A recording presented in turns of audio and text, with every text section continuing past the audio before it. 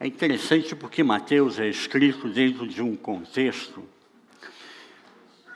para falar com os judeus.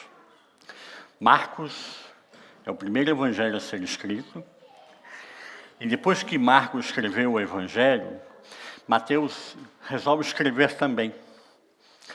E ele tem um desejo, o objetivo de falar com o judeu, de alcançar o judeu, trabalhar um pouco a religiosidade que havia na cabeça do judeu. Os judeus estavam nesse momento em dúvida: o que é isso? O pessoal aí fala de Jesus, do Cristo, que coisa doida é essa, né? E Mateus então resolve escrever o Evangelho com o objetivo de alcançar essas pessoas e mostrar para elas que Jesus é somente a promessa se cumprindo, o Messias presente na nossa vida. E o Evangelho de Mateus tem essas especificidades, essa particularidade, mas eu escolhi o capítulo 6 de Mateus. Mateus, capítulo 6, ele vai falar para mim e para você sobre uma coisa que eu creio que está faltando hoje. O Evangelho de Mateus é todo especial, como eu falei, mas o capítulo 6, ele vem falar para mim e para você sobre visão, ou falta de visão, e decisões. Diante da visão que você tem, ou que eu tenho, ou a falta de visão que nós tenhamos, nós vamos tomar decisões. E essas decisões são pautadas sobre aquilo que eu tenho como visão ou não visão. E é interessante porque Mateus ele faz a divisão do capítulo 6 de uma forma pedagógica. Você vê essa temática presente no capítulo 6 de Mateus, e você vê também em Lucas. Lucas capítulo 11, versículo 33 até o 36, ele fala sobre essa questão de visão e não visão. Uma visão clara, uma visão que ainda não está clara. Do versículo 1 ao 4, você vai olhar na sua Bíblia aí, ele vai falar sobre a questão da esmola. Do versículo 5 ao 15, ele vai falar sobre a oração. E ele cita o Pai Nosso. Do versículo 16 ao 18, ele vai falar sobre o jejum. Do versículo 19 ao 24, ele vai falar sobre a riqueza. Tema importante. 25 ao 34, ele vai falar sobre a ansiedade. Todos esses temas ele vai linkando cada um deles sobre essa questão da visão e não visão. O versículo 1 ele diz assim: guardai-vos de fazer as vossas boas obras diante dos homens, para serdes vistos por eles. De outra sorte, não tereis recompensa junto de vosso Pai que está nos céus. Quando, pois, deres esmola, não faças tocar a trombeta diante de ti, como fazem os hipócritas nas sinagogas e nas ruas, para serem glorificados pelos homens. Em verdade eu vos digo que já receberam a sua recompensa. Mateus abre o capítulo 6, então, falando sobre essa questão da esmola, mas é interessante porque ele diz aqui: guardai-vos de fazer as vossas boas obras. Esse texto no grego, ele quer dizer guardai-vos de fazer as boas obras ou guardai-vos de fazer a sua própria justiça. Ou seja, Mateus está falando para mim e para você aqui que às vezes eu estou ditando a minha própria justiça, eu estou fazendo as minhas próprias boas obras. E ele vai fazendo uma referência aqui, porque isso é bom ou é ruim? Isso é bom, fazer boas obras, fazer justiça. O problema é se eu faço isso para que o outro veja. O problema é quando ele diz aqui, com o fim de ser vistos por eles. Se eu faço boas obras, eu faço justiça, isso é bom. Mas se eu estou fazendo só para que o outro veja, para que o outro me enalteça, me glorifique, para que o outro ache que eu sou muito bom, né? Isso é ruim. E a gente, infelizmente, acaba vendo isso muito claro nos dias de hoje. Gente tocando a trombeta, como diz o texto aqui, né? Tocando a trombeta para, olhe para mim, veja eu, como eu sou bom, eu sou perfeito, eu sou maravilhoso. Então é uma justiça exibicionista. É uma boa obra só para que eu saia bem na foto, né? É só para eu ser enaltecido. E Mateus então está dizendo o que para mim e para você nesse momento? Que se eu faço boas obras, se eu dou esmolas, se eu cometo a justiça, mas eu me autoproclamo justo para os homens, nada disso tem valor. Isso não é evangelho. Isso não é cristianismo. Isso não é servir a Deus. E é interessante aqui porque Mateus está falando com a comunidade nesse momento, com a igreja, não está falando com os de fora, ele está falando com os crentes, com aqueles que fazem parte da comunidade. E aí ele continua, um segundo exemplo, um segundo grupo, que ele fala sobre oração. Versículo 5 ele diz, quando orardes, não sejais como os hipócritas, pois gostam de orar em pé nas sinagogas e às esquinas das ruas, para serem vistos pelos homens. Em verdade vos digo que já receberam a sua recompensa. Mateus agora então vai fazer uma outra analogia, e de novo o que alinhava um tema com o outro é a questão de ser visto. É a não visão. Ele diz, não faça como os hipócritas que oram em pé na sinagoga. Sabe aquele tipo de oração que o cara levanta a mão, Altíssimo Senhor Deus, tremendo e soberano. Você vai, nossa, esse homem ora muito bem, né? Aí você fica entusiasmado. E Deus olha assim, que hipócrita, que nojento, que horrível. Eu não aguento essa oração. Mateus está falando aqui para mim, para você, de novo, de visão e não visão. E ele está relacionando agora com oração. Orar é ruim? Não, não é ruim orarmos. Orar está errado? Não, não está errado. Ele fala de orar na sinagoga, orar na esquina. Está errado orar na igreja? Está errado orar em público, na rua? Não, não está errado. Está errado o quê? A posição. O desejo dessa pessoa de querer ser enaltecida, de querer ser vista, para receber, diz o texto, recompensa. E é interessante aqui, porque quando ele usa nesse texto, no grego, no original, sobre receber recompensa, ele está falando daqueles atores que a gente sabe pela cultura grega, que faziam aquele teatro. E aí, no final do teatro, ele recebia, o povo jogava uma oferta, jogava uma moeda, né? Recebia uma recompensa.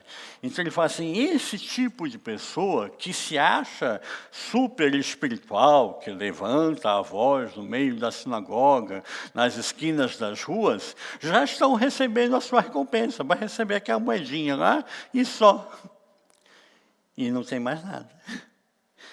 E ele entra, então, no Pai Nosso e fala sobre a questão do perdão para cada um de nós. Quando Mateus ele entra nesse tema da visão e não visão, do estar se auto-vangloriando, ele não está fazendo isso para acusar ninguém. Ele está dizendo, olha, essas pessoas precisam ainda do Evangelho. Essas pessoas precisam ainda do perdão. Essas pessoas ainda precisam conhecer a palavra.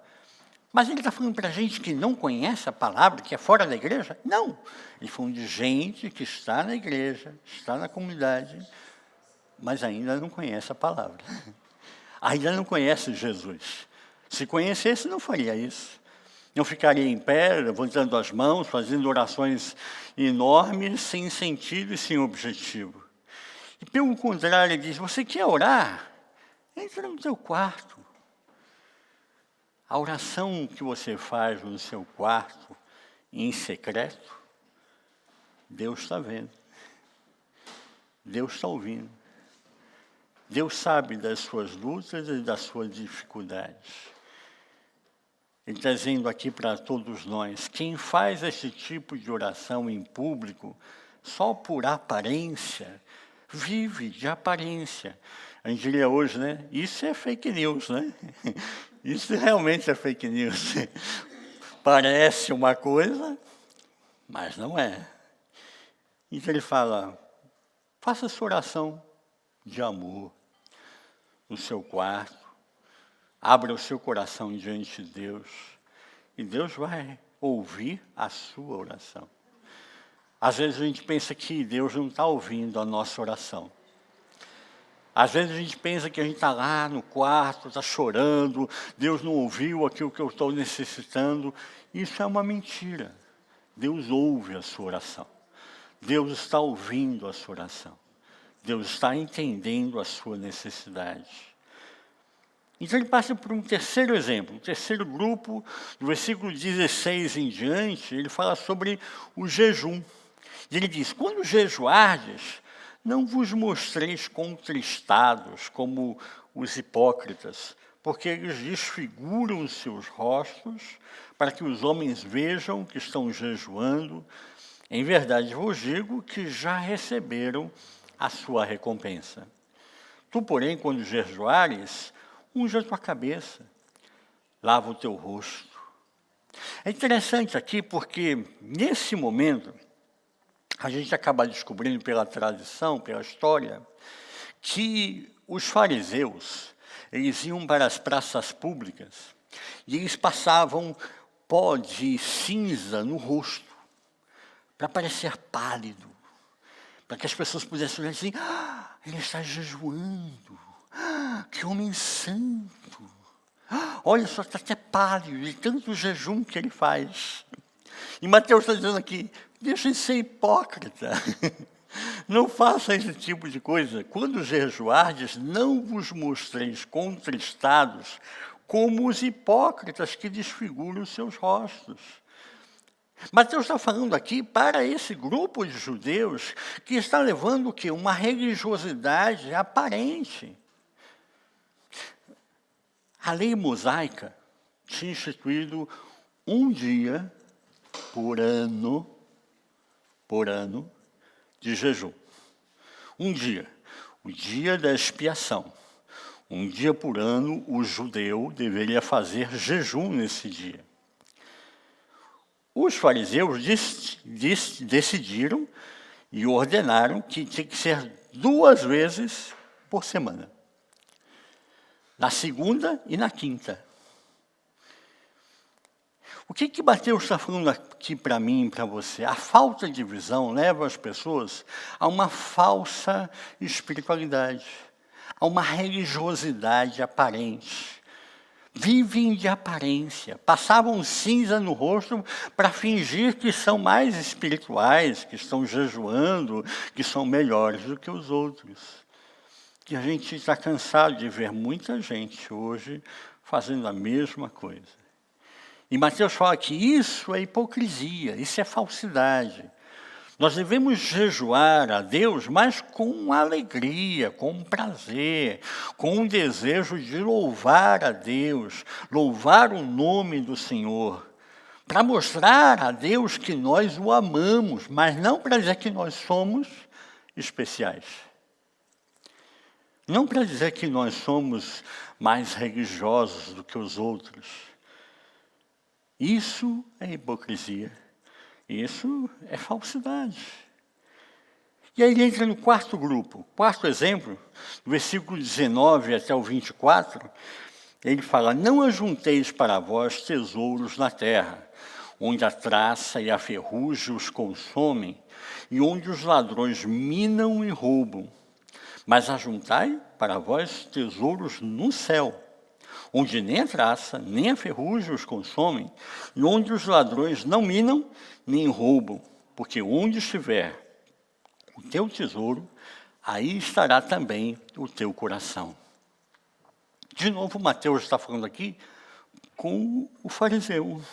O farisaísmo, ele põe uma ênfase, naquele momento, põe uma ênfase indevida. Quanto mais ele tivesse de riqueza material, mais demonstrava que ele era um filho abençoado de Deus. E isso, estou falando há 2000 anos atrás, né? Na época de Jesus. Né? Nada a ver com hoje, algumas igrejas que falam a mesma coisa. Quanto mais você tem, mais abençoado você é, mais filho de Deus você é. E alguns chegam ao cúmulo de dizer que quem não tem, é pobre, não é filho de Deus. Né? É amaldiçoado, é algum problema que ele tem, pecado oculto, alguma coisa assim. Né? E é interessante aqui que Mateus fala, não ajunte riqueza. Porque vem a traça, vem a ferrugem, vem o ladrão, e pode levar tudo.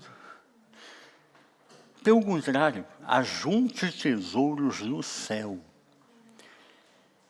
Como eu posso ajuntar tesouros no céu? É uma boa pergunta, não é? As pessoas só pensam em acumular financeiramente aqui na Terra. Como eu posso juntar tesouros no céu?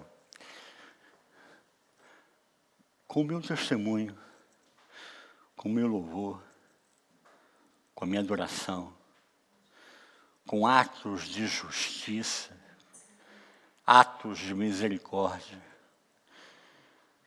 Dessa forma eu estou juntando tesouros no céu. É interessante porque essas pessoas juntam dinheiro aqui, juntam a riqueza aqui, mas morrem e não dá para levar no caixão, não dá? Vai ficar tudo aqui, né? Irmão, o cara está sendo enterrado, a família já está brigando para ver quem vai ficar com a herança. Ele vai chegar no céu e ele não tem nada lá. Se for, né? Se for. E isso é que Mateus está alertando aqui, falta de visão de novo. O cidadão do reino, ele deveria cuidar para juntar no Senhor, não o que nós temos aqui agora. E aí ele faz uma comparação nesse momento muito interessante, porque ele fala, a candeia do corpo são os olhos, de sorte que se os teus olhos forem bons, todo o teu corpo terá luz. Se, porém, os teus olhos forem maus, o teu corpo será tenebroso. Se, portanto, a luz que em ti há são trevas, quão grandes são tais trevas? Eu já vi gente falando assim, olha, é melhor você arrancar o olho, ficar cego, para você não perder a salvação e ir para o céu. Mas será que é isso que Jesus está falando aqui? Ele está falando do globo ocular, que é melhor você arrancar o olho, né? Se os seus olhos forem maus, então você retira o olho. Será que é isso que ele está falando? Claro que não. Ele está falando de falta de visão. Ele está falando de falta de decisão, falta de compreensão das coisas. Ele está falando de coisas que estão se acumulando na vida das pessoas. Ele diz, se os teus olhos forem maus, a sua vida vai ser dividida. Você vai ter uma visão gananciosa. Vai sofrer uma visão dupla. Vai se dividir entre coisas que não é para se dividir. É para ser inteiro. É para tomar decisões por inteiro. E quando você se divide, quando você está em dúvida, você começa a permitir que as trevas ocupem o seu lugar.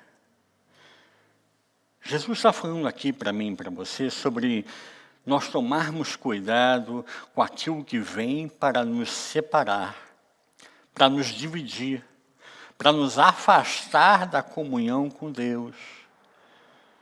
Às vezes são coisas ruins, e nós rapidamente identificando, mas às vezes são coisas boas, que vêm e a gente não percebe, mas estão igualmente nos dividindo e nos separando. Eu creio que nós estamos vivendo uma sociedade hoje gananciosa, egoísta. Cada vez mais as pessoas pensam, eu tenho para mim, isso é o mais importante. O outro, ele que se vire, não é assim? Isso é egoísmo, isso é ganância, é eu pensar somente no eu e esquecer o meu próximo. Eu tenho dúvidas, eu gosto de estudar sobre as enfermidades psíquicas. E há momentos que eu tenho dúvidas se aquela enfermidade, ela já veio na pessoa, ela nasceu com aquela enfermidade, ou ela adquiriu ao longo do tempo. Tem um grupo na psicologia que acha que nós já nascemos com algumas enfermidades psicológicas. Veio nato. A gente nasceu e ela está lá dentro e em determinado ponto ela vai sair para fora. Ela vai explodir. E existe outra parte da psicologia que acha que não. Que nós podemos adquirir enfermidades ao longo do tempo, por experiências ruins, por marcas que recebemos da sociedade nos machucando. São doenças que vão sendo adquiridas, são frustrações, são dores, é o ódio que vai tomando o seu espaço na minha e na sua vida e vai nos levando a enfermar. Caiu a mamadeira. Eu creio que hoje, na sociedade, nós estamos caminhando para uma sociedade cada dia mais egoísta. Quando começou a pandemia, o pessoal, agora todo mundo vai ser bom, né? As pessoas vão ser mais amorosas uma com a outra, vão ter mais, né, amor ao próximo. E eu falei assim, gente, vocês estão vivendo onde? No mundo da fantasia? Alice, o País das Maravilhas? A pandemia começou, o pessoal continua sendo mais egoísta, a pandemia passou, está passando, né? E o pessoal continua sendo egoísta, não mudou em nada. O egoísmo está tomando lugar na vida das pessoas. E assim como o egoísmo está tomando lugar na vida das pessoas, nós vemos também crescer o narcisismo. O egoísta é aquele que só pensa em si mesmo, mas o narcisista só enxerga ele mesmo. Ele não enxerga mais ninguém. E parece que o caldo vai engrossando, vai piorando o negócio, né? Hoje você vê uma série de pessoas que você deixa claro, né, que são narcisistas, alguns são narcisistas perversos, que têm prazer na dor do outro. Tem, inclusive, o psicopata, né, que a gente antes fala, nossa, né, isso não existe, só em filme de Hollywood, né? Cada vez mais você está vendo isso. E a gente sempre pensa no psicopata como aquele com a faca na mão, pronto para matar alguém, né? Mas muitos dos nossos políticos são psicopatas, que não têm amor ao próximo, não enxergam o próximo, enxergam somente a si mesmos. E o pior dos psicopatas que é aquele que mata e não sente pena da vítima, né? Está nem aí que morreu. E o quinto e último exemplo, Mateus vem falar para nós sobre a questão da ansiedade. Ele diz, por isso vos digo, não estejais ansiosos quanto à vossa vida, pelo que haveis de comer, pelo que haveis de beber, nem quanto ao vosso corpo, pelo que haveis de vestir. Não é a vida mais do que o alimento, e o corpo mais do que o seu vestuário? Olhai para as aves do céu. Elas não semeiam, não ceifam, nem ajuntam em celeiros, e vosso Pai Celestial as alimenta. Não valeis vós muito mais do que elas? Mateus falou sobre a riqueza que pode corromper e destruir a nossa visão, e agora ele fala sobre aqueles que estão ansiosos porque não têm riqueza. Fica olhando porque eu não tenho essa roupa, porque eu não tenho esse carro, porque eu não tenho essa situação financeira, porque eu não tenho uma conta bancária na Suíça, né? A ansiedade por não ter.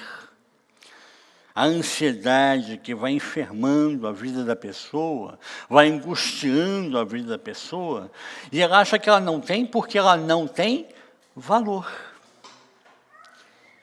E Mateus aqui diz para todos nós, as aves não plantam, não ceifam, não fazem nada disso, e Deus alimenta as aves. As flores nascem, são belas, são bonitas, a gente pode ter ali as flores que o Alexi trouxe para a gente, né? É gostoso, mas daqui a pouco elas murcharam, vão ficar marrom, vão ficar preta, e a gente vai ter que fazer o quê? Jogar fora. Se uma flor, ela nasce, floresce e gera essa beleza, mas depois é lançada no lixo, será que nós não temos mais valor do que isso? E às vezes nós achamos que não temos esse valor, que nós não temos essa beleza que Deus deu a mim e a você. Você é imagem e semelhança de Deus. Às vezes se olha no espelho e não acredita, né? Será que Deus é assim, com esse cabelo, com essas rugas, com esses pneuzinhos? Você é imagem e semelhança de Deus. Você é importante para o Senhor. Portanto, o que Mateus faz aqui é fazer uma correlação de cada um desses assuntos com a falta de visão e o que isso nos leva a adoecer. O primeiro exemplo que ele fala das esmolas, versículo 1 ao versículo 4, ele fala da autoglorificação, da aparência, aqueles que têm uma falsa bondade, uma falsa justiça. Isso é falta de visão. Como se Deus não estivesse vendo o ridículo que essa pessoa está passando. No versículo 5 ao 15, no segundo exemplo, que ele fala da oração, ele fala das pessoas que oram em pé, que aparentam ser mais espirituais, que buscam serem recompensados como super espirituais. Tem lugar para super espiritual no céu? Na minha Bíblia não tem isso. Tem na sua? No terceiro exemplo, no versículo 16 ao 18, Mateus fala sobre o jejum. E aí ele fala sobre a religiosidade, jejuar várias vezes na semana, e aí passa cinza no rosto para você parecer que está pálido, para ser mais espiritual. Isso é falso. Isso é fake news. O quarto exemplo, versículo 19 e 24, ele fala sobre a riqueza. A tentativa de provar que eu, sendo rico, tendo dinheiro, tenho carro, tenho casa, sou um cara, né, bem resolvido, rico, né? Isso mostra o quanto eu sou abençoado por Deus. Bom, se for assim, então os traficantes no Rio de Janeiro são super abençoados, né? Os políticos corruptos que a gente tem no Brasil, então, nem se fala, né?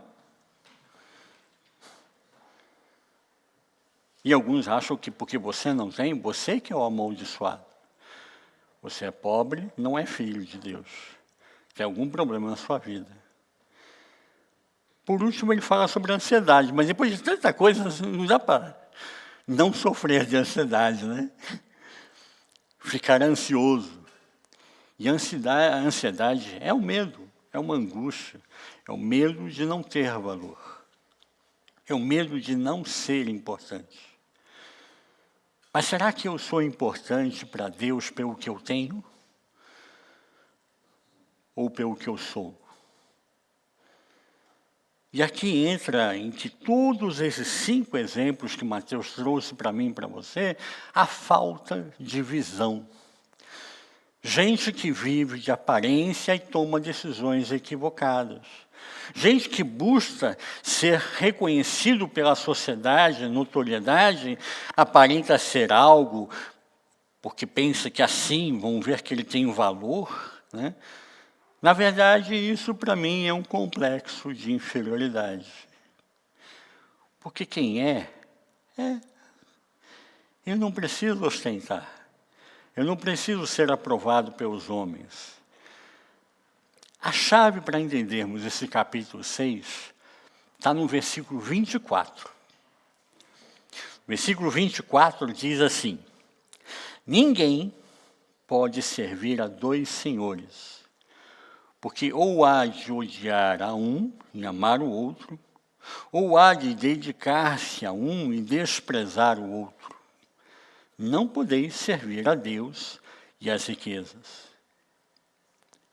Esse texto é interessante porque ele fala que ninguém pode servir a dois senhores.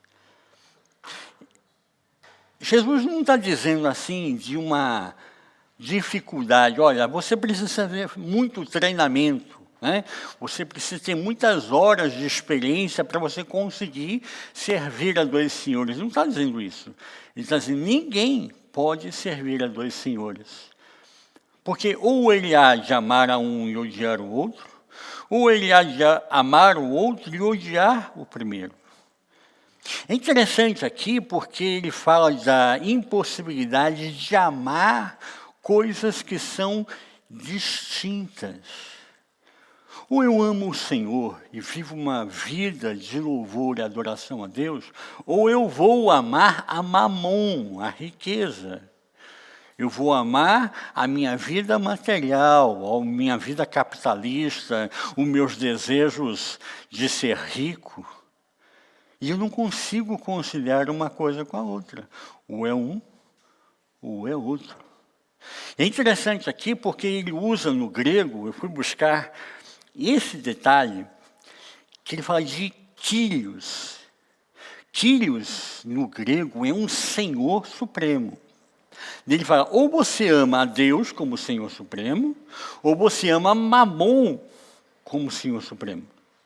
Não dá para amar os dois ao mesmo tempo. E quando ele usa essa palavra amar alguém, ele usa a palavra mais difícil no grego para amor, ágape. Ele usa agapsei. Agapsei é aquele que eu me dedico por inteiro.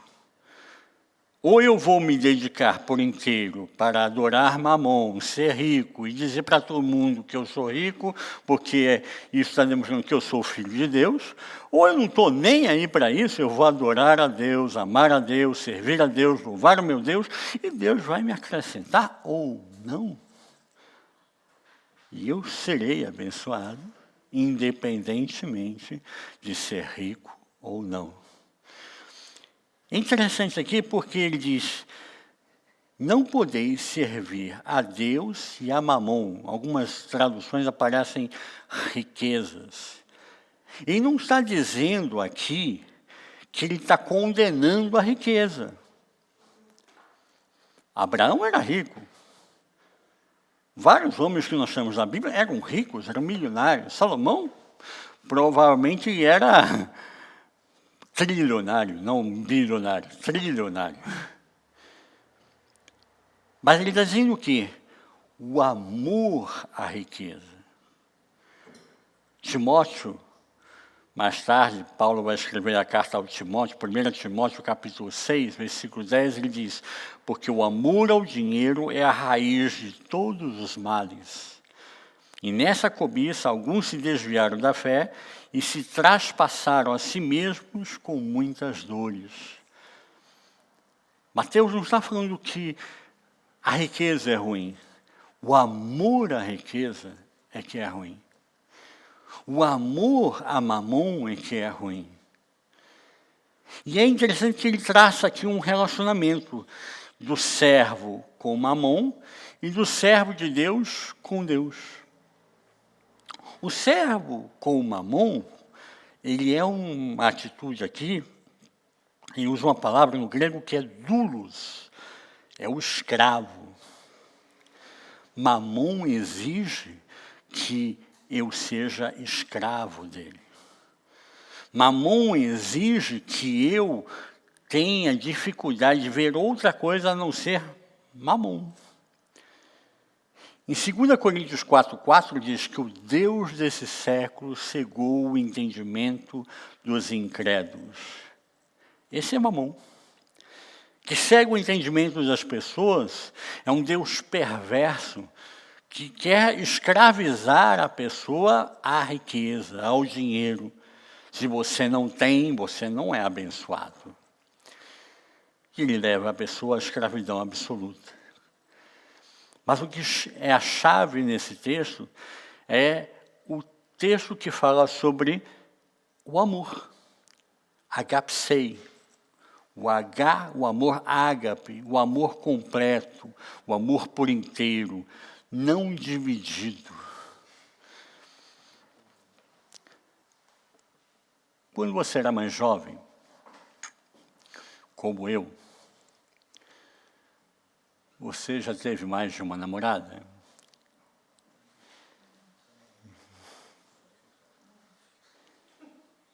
Então o pessoal está rindo aí, eu estou pensando que sim, né? Quando eu era mais jovem, eu era da Marinha. Eu tinha 5 namoradas. E eu era bem justo e sincero com cada uma delas. Falava assim, você é a número 1, você é a número 2, você é a número 3, você é a número 4 e você é a número 5. Elas sabiam das outras, exceto a número 1, né? A número 1 não sabia das outras 4. Um dia a número 1 brigou comigo.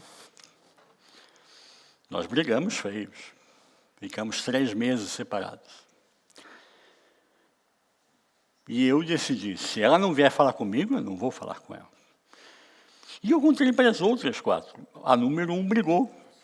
A número 2 imediatamente falou assim, eu agora sou a número 1.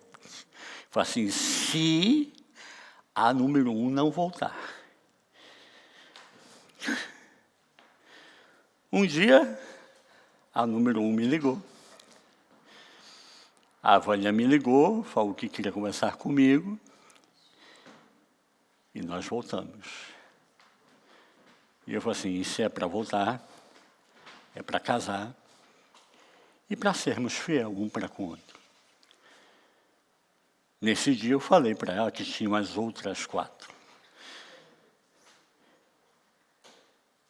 E é interessante porque elas vinham na porta da minha mãe. Minha mãe odiava elas. Botava para fora de casa. Ah, o Richard não está em casa, vai embora. Mãe é mãe, né? E eu achava que aquilo era interessante. Marinheiro, jovem, né? 17 anos, 18. Eu achava que isso era amor. Mas não é. Isso é desejo. Isso é autossuficiência, autoengano. Mas não é amor. Quando eu fui e contei para cada uma das 4 que a número 1 voltou e que acabou a festa, elas não gostaram. Mas eu fui justo e fui correto. Voltei com a número 1 para casar e ser feliz. Eu e a Vânia estamos casados há 34 anos. Vamos fazer 35 anos. Amar é isso, é se dedicar. Se eu me divido, isso não é amor. O amor não divide, o amor soma. O amor não vem me gerar dúvidas, o amor vai me ajudar a achar e concluir questões. O amor não vai me levar para lugares que não são bons. Ao contrário, vai me alertar para que para lá eu não vá. Isso é o que Mateus está dizendo aqui para mim e para você. Que nós amemos a Deus por inteiro, não por parte. Que nós permitamos que o Espírito Santo encha o nosso coração, a nossa vida, e nos fortaleça para a gente enfrentar as dificuldades, as frustrações, os problemas que todos nós temos. E não é porque nós temos é que nós não somos amados de Deus. Continuamos sendo amados do Senhor nosso Deus. Portanto, eu creio que o antídoto para tudo aquilo que nós estamos vivendo hoje, contra o egoísmo, contra o narcisismo, contra essa idolatria à riqueza, essa vaidade, é amar a Deus por inteiro. Amor ágape, amar a Deus e ser generoso. Decida ser generoso. É uma decisão. O amor não me cega para mim não tomar decisões. Ao contrário, ele me deixa livre para que eu decida fazer. Decida ser generoso. E nesse momento, Mateus termina o texto de capítulo 6 dizendo: buscai primeiro o seu reino e a sua justiça, e todas essas coisas vos serão acrescentadas. Não vos inquieteis, pois pelo dia de amanhã, porque o dia de amanhã cuidará de si mesmo, basta cada dia o seu próprio mal. Que a gente possa sair daqui essa tarde e na nossa decisão sermos generosos, mesmo com as pessoas que não são generosas com você. Seja generoso, ame, abençoe. A palavra nos diz que se eu abençoo uma pessoa e ela não quer essa bênção, a bênção volta para mim. Não fica perdida, não. Então abençoe. Se ela não quiser, eu quero. Eu sou abençoado de novo. Seja generoso. Tome essa atitude. Ame. E permita que Deus use a você, a mim, a cada um de nós, para mudarmos essa realidade. Eu creio que Deus nos chamou para estarmos nesse lugar, nesse momento, para fazermos diferença. Isso é ser sal da terra. Esse é o objetivo de sermos igreja, de louvarmos a Deus com os nossos atos, com as nossas decisões. Que a minha decisão, que a sua decisão, seja amar a Deus sobre todas as coisas.